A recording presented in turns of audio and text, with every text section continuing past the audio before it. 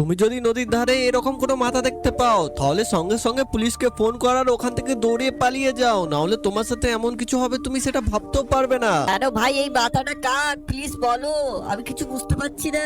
আগে তোমাদের যদি মনে হয় এই পাপিটা খুব কিউট তাহলে লাইক করে চ্যানেলটি সাবস্ক্রাইব করে নাও। আর বন্ধুরা তোমরা এই কুকুরটাকে দেখো, এই কুকুরটার মালিকটাকে কুকুরটাকে ছেড়ে দিয়েছে। কুকুরটা বাঁচবে কি জানি না। তুমি যদি ভালো মানুষ হয়ে থাকো তাহলে তুমি লাভ ইমোজি কমেন্ট করে দাও, ভগবান আল্লাহ তোমার ফ্যামিলিকে অনেক খুশি রাখবে। তাহলে তোমাদের বলি দিই, এই মানুষটা নদীর পাড়ে ঘুরতে গেছিল, তখন সে মাথাটা দেখতে পায়, আর তখন মাথা দেখে সে অবাক হয়ে কাছে যেতে লাগে। আর তখনই তার সামনে আর একটা মাথা বেরিয়ে আসে, আরো মাথা বেরিয়ে আসে, সমানে মাথা বেরিয়ে আসতে আসতে একটা বড় মাথা বেরিয়ে আসে, আর সেটা দেখেই ওখানে অজ্ঞান হয়ে পড়ে যায়।